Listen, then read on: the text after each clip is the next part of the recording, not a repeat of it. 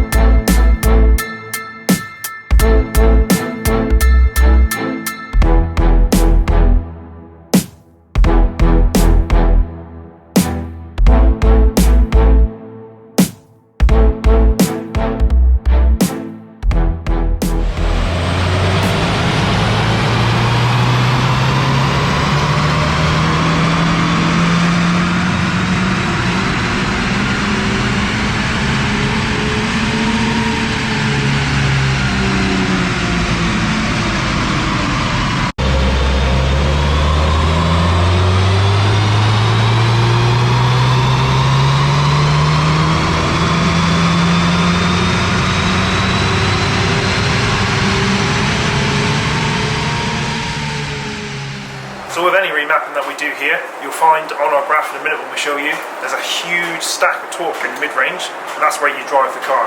That's where the real gains are made.